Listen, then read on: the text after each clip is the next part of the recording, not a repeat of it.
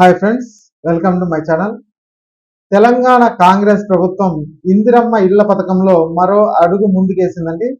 హైదరాబాద్లో ఈ ఇళ్లను నిర్మించేందుకు స్థలాలను ఎంపిక అయితే చేసింది. మరి ఆ వివరాలు ఈ వీడియోలో అయితే తెలుసుకుందామండి. మీరు ఇంతవరకు నా ఛానల్ని సబ్స్క్రైబ్ చేసుకోకుండా ఉంటే దయచేసి సబ్స్క్రైబ్ చేసుకోండి. దీనివల్ల నేను చేసే ప్రతి వీడియో యొక్క నోటిఫికేషన్ మీకు అందుతుంది. అలాగే కింద హైప్ అనేసి ఉంటుందండి. ఆ హైప్ను ఒకసారి మీరు క్లిక్ చేశారంటే నాకు కాస్త ఎంకరేజింగ్గా ఉంటుంది.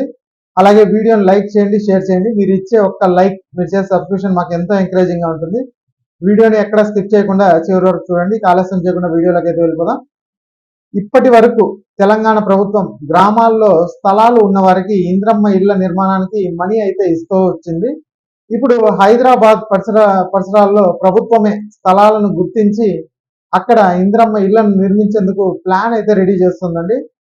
హైదరాబాద్ సిటీలో గుడిసెలు, తాత్కాలిక ఇళ్లు ఉన్న ప్రాంతాల్లో ఇళ్ల నిర్మాణం కోసం స్థలాలను సేకరిస్తోంది.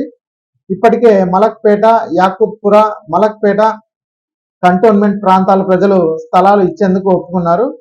అందువల్ల అక్కడ ప్రభుత్వం ఇళ్లను నిర్మించేందుకు రెడీ అవుతుంది. అయితే అవి పల్లెల్లో నిర్మించే రకం కాదు.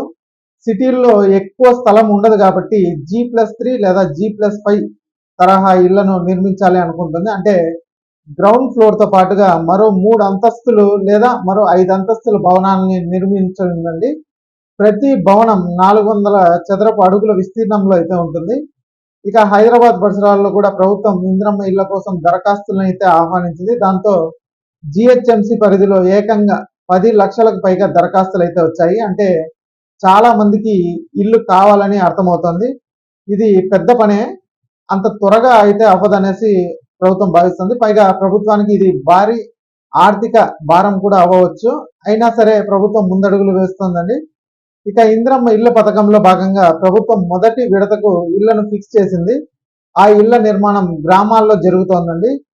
స్థలాలు ఉన్నవారు ఇళ్లను నిర్మించుకుంటున్నారు. ఇందుకు ప్రభుత్వం విడతల వారీగా 5 లక్షలు అయితే ఇవ్వనుంది.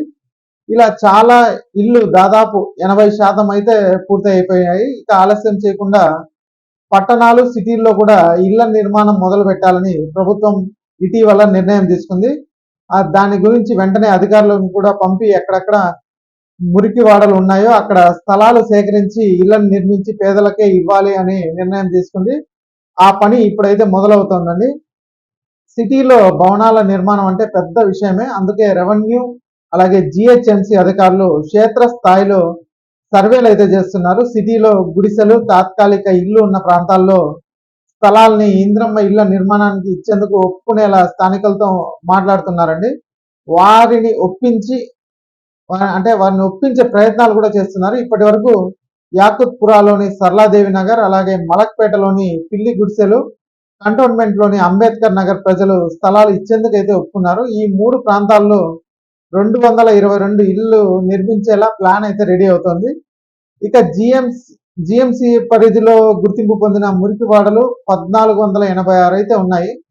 వీటిలో దాదాపు సగానికి పైగా ప్రాంతాల్లో అభివృద్ధి చెందాయి. అయితే కొన్ని చోట్ల మరిన్ని కొత్త మురికివాడలు కూడా వస్తున్నాయి. ఇవన్నీ తొలగిపోయి అభివృద్ధి రావాలంటే ఇంద్రమ్మ ఇళ్లను నిర్మించి ఇవ్వడమే సరైన ప్లాన్ అని ప్రభుత్వం రెడీ అవుతోందండి.